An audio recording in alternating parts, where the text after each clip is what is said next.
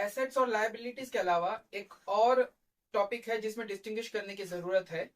अगर फाइनेंशियली हमें देखना है कि हम कहाँ कहाँ क्या क्या कर सकते हैं और हम किस जगह खड़े हैं फाइनेंशियली, तो हमें कुछ डिस्टिंग्विशेस करने पड़ेंगे कि हम एसेट्स कितने बनाए हैं, लायबिलिटीज हमारे पास कितने हैं। दूसरा टॉपिक ये है कि नीड्स और वांट्स।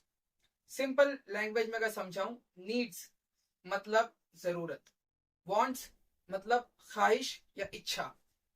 देखिए, needs needs are necessities and essential items required for living. जिंदा रहने के लिए क्या क्या जरूरत है, वो नीड्स है, सिंपल। ठीक है।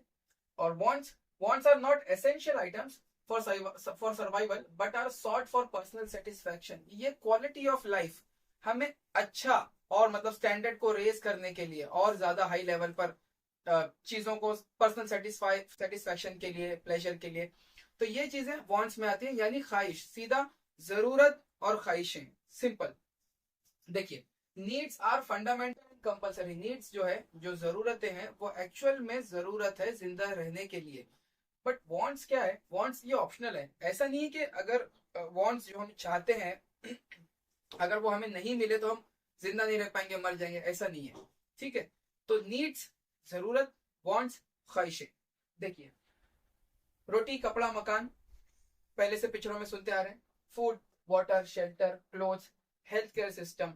ठीक है, हेल्थ केयर चाहिए, एजुकेशन चाहिए, सेफ्टी है, ट्रांसपोर्टेशन है, नींद है। तो ये सब चीजें क्या है? ये सब चीजें जिंदगी के लिए जरूरतें हैं। ठीक है।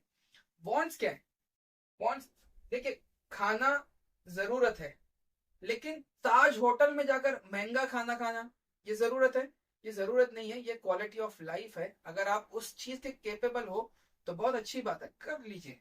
ठीक है। अगर उस चीज के केपेबल नहीं हो तो वो सिर्फ एक पर्सनल सेटिस्फैक्शन के लिए आप अपने आप को उस लेवल पे पुश कर रहे हो। एक्चुअली पुश करना गलत बात नहीं है, लेकिन उसकी इतनी कैपेसिटी होनी चाहिए। ये नहीं हो कि लोन लेकर आपकी जिंदगी कट रही है और आप अपने आप को क्वालिटी ऑफ लाइफ देने के पीछे पुश कर रहे हो। तो ये चीजें समझनी चाहिए कि हम किस चीज फिलहाल, ऑफ कोर्स हमें बड़ा सोचना चाहिए, लेकिन फिलहाल किस लेवल पर हम हैं और क्या कैपेबिलिटी हमारी है। तो एक्सपेंसिव फूड बोल सकते हैं बॉन्ड्स। ठीक है। बॉटल वाटर, मैं खुद पर्सनल ऐसे बंदे से मिल चुका हूं जो सिर्फ और सिर्फ बॉटल वाटर ही पीता है, या फिर अपने घर में वो हमेशा जो आरओ वगैरह है उसी से, वो सादा पानी कहीं से भी नहीं पीता।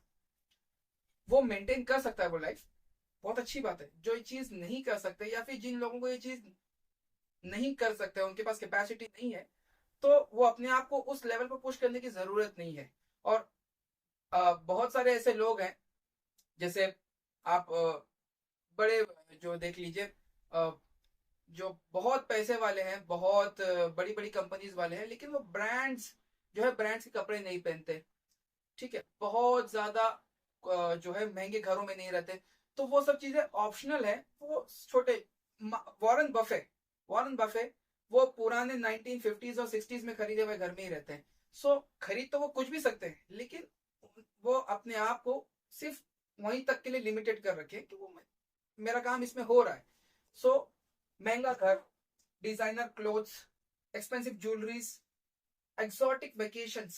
ठीक है भाई, मैं अफोर्ड नहीं कर सकता अगर इंडिया के बाहर जाना, और मैं ऐसे प्लान कर रहा हूं कि मैं अमेरिका और लंदन और यूरोप घूम लूं। सो वो अननेसेसरी वॉन्ट्स है। ठीक है। इसके अलावा एक चीज, स्मार्टफोन्स, लैपटॉप्स। अगर आपके पास एक नॉर्मल फोन है जिससे आपका काम चल रहा है, तो आईफोन खरीदना इज अ वॉन्ट। ठीक है। अगर आपका नॉर्मल कोई छोटे फोन, 15,000 वाले फोन से काम हो रहा है, तो आईफोन इज अ वॉन्ट। ठीक है। अगर आपके पास कैपेबिलिटी है तो आप ठीक है, नहीं है तो ये हमें सीखना क्यों है कि भाई नीड्स और वांट्स में डिफरेंशिएट क्यों कर रहे हैं।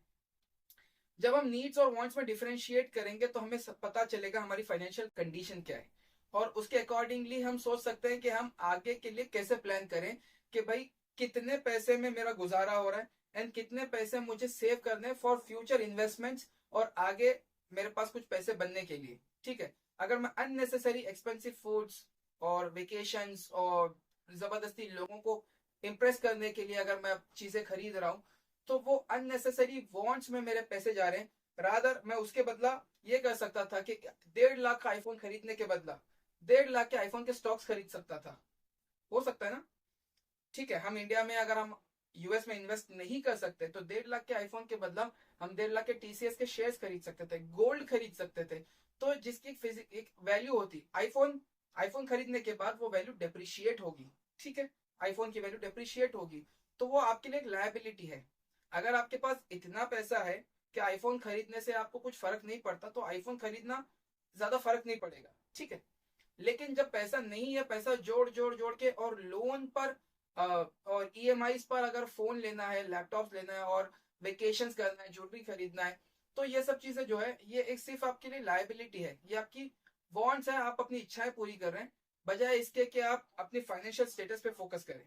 तो चाहिए कि नीड्स और वांट्स एंड एसेट्स और लायबिलिटीज में डिफरेंशिएट करें, एंड देन हम देखें कि हम किस लेवल पर खड़े हैं और आगे क्या किया जा सकता है अपने फाइनेंशियल स्टेटस को आगे करने के लिए, अपने फाइनेंशियल स्टेटस को रेज करने के लिए।